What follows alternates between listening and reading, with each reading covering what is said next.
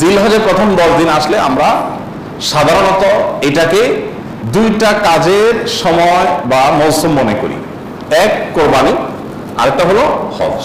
জিলহজ মাস এর চাঁদ দেখা গেছে, সাথে সাথে পত্রিকাগুলোর নিউজ হয় কি, গতকাল বাংলাদেশে আকাশে চাঁদ দেখা গেছে, জাতীয় চাঁদ দেখা কমিটির বৈঠকে এই ঘোষণা বা সিদ্ধান্ত গৃহীত হয়েছে। অতএব আগামী অমুক তারিখ পবিত্র ঈদ উল আজহা, গোসল খাইতে পারবেন আপনারা অমুক তারিখে, সুসংবাদ গ্রহণ করেন। এই হলো নিউজের সামারি, তাই না? অথচ নিউজ হওয়া দরকার ছিল কি, জিলহজের চাঁদ দেখা গেছে গতকাল, এর মধ্য দিয়ে মুসলমানদের জন্য ইবাদতের একটা মৌসুম শুরু হলো। বহুবিধ আমল করে মুসলমানরা এই দশককে উদযাপন করেন, পালন করেন এবং এই দশককে অর্থবহ করে তোলার চেষ্টা করেন। এ হলো আমাদের সমাজের বাস্তবতা, উঠে আসবে, তাই না? এখন জিলহজের চাঁদ উঠলে আমাদের মাথায় আসে, আমাদের স্মৃতিতে আসে গরুর ছবি আর ছাগলের ছবি, ঠিক না? ঠিক বলেন। কোরআনের পাতা, তসবির দানা, জায়নামাজ, দোয়া, চোখের পানি, এই স্মৃতিগুলো কি আমাদের মাথায় ভাসে? তার মানে কি আমরা সঠিক জায়গায় আছি? জিলহজের প্রথম দশকের চাঁদ ওঠার সঙ্গে সঙ্গে আমার স্মৃতিতে যা ভাসা উচিত তা কি ভাসছে?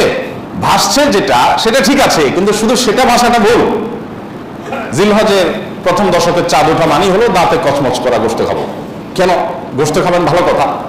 গোশত খাওয়ার আগে কাজ করেন, কাজ না করে খাবেন কোত্থেকে? আল্লাহ, কখনো কখনো আল্লাহর বান্দাদের থেকে আল্লাহ এমন এমন কথা বলায় না যেটা আসলে ইমান জায়গা নিয়ে।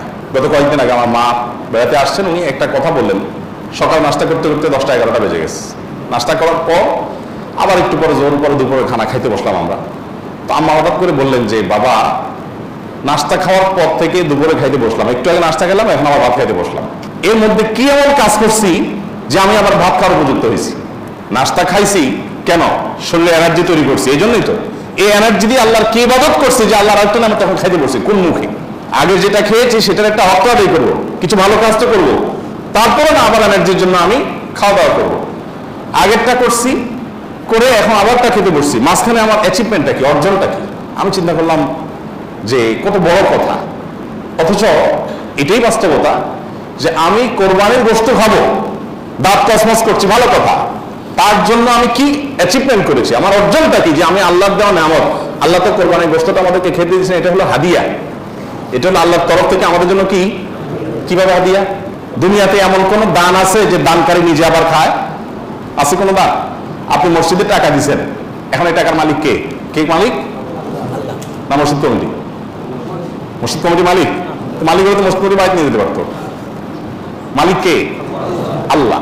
আমরা মসজিদে টাকা দেওয়ার মানে হলো আল্লাহ আপনাকে খুশি করার জন্য দিলাম, আপনাকে তো ডাইরেক্ট দেওয়ার সুযোগ নাই, আপনার ঘরে আমি দিলাম, এটা আপনাকে দিলাম, বিনিময়ে আবার আপনার কাছ থেকে নেব, তাহলে আল্লাহর সাথে গিভ এন্ড টেক হচ্ছে, তাই না?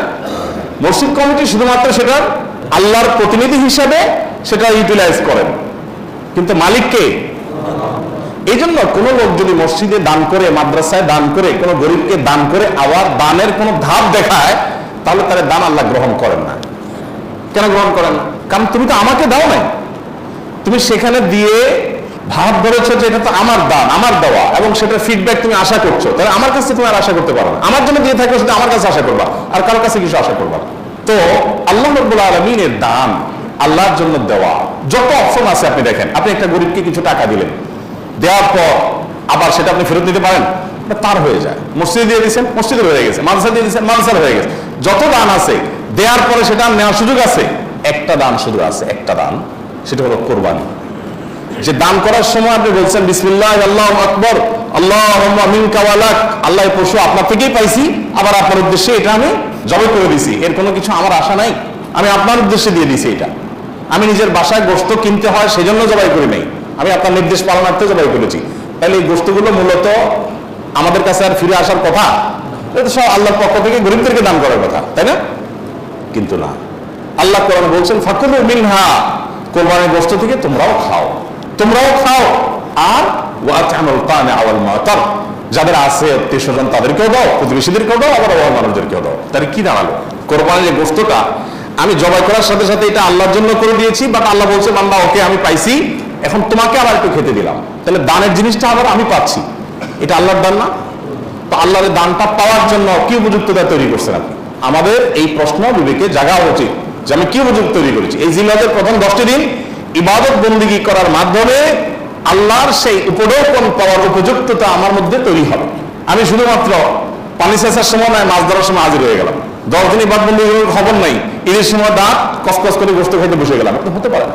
দেখেন, ইসলামের সৌন্দর্যের একটা দিক হলো এটি যে আপনি রমাদান জুড়ে ইবাদত করবেন, সারা রমাদান জুড়ে পরিশ্রম করবেন, এরপর আল্লাহ তাআলা বলেন, বান্দা জান্নাতের আনন্দ তো পরে, নগদ তোমাকে একটা ঈদ দিলাম, আনন্দ করো।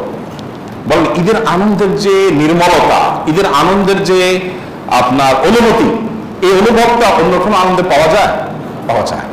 মানুষ ঈদের বিকল্প দাঁড় করানোর জন্য বহু চেষ্টা করে, অমুক দিবস তমুক দিবস, হান তান, কিন্তু কোনোটাতেই আসলে ঈদের জায়গাটা কখনো পূরণ করা যায় সম্ভব না। আল্লাহ তাআলা নিজে বান্দাকে অলৌকিক এক আনন্দ দেন, লৌকিক কোনো আনন্দ না। এখানে এই আনন্দটা ভেতর থেকে আসে, গরিব ধনী সবার মধ্যে আসে। এটা যে দিচ্ছেন আল্লাহ তাআলা, তার জন্য আগে একটা ইবাদতের মৌসুম রেখেছেন। রমাদানের 30 দিনের মৌসুম আর এই ঈদুল আজহাতে 10 দিনের মৌসুম, এই পুরো সময় ইবাদত বন্দী করবেন, এরপর আপনি ঈদ উদযাপন করার জন্য নিজেকে উপযুক্ত হিসাবে আশা করতে পারেন। আল্লাহ আমাদেরকে তৌফিক দান।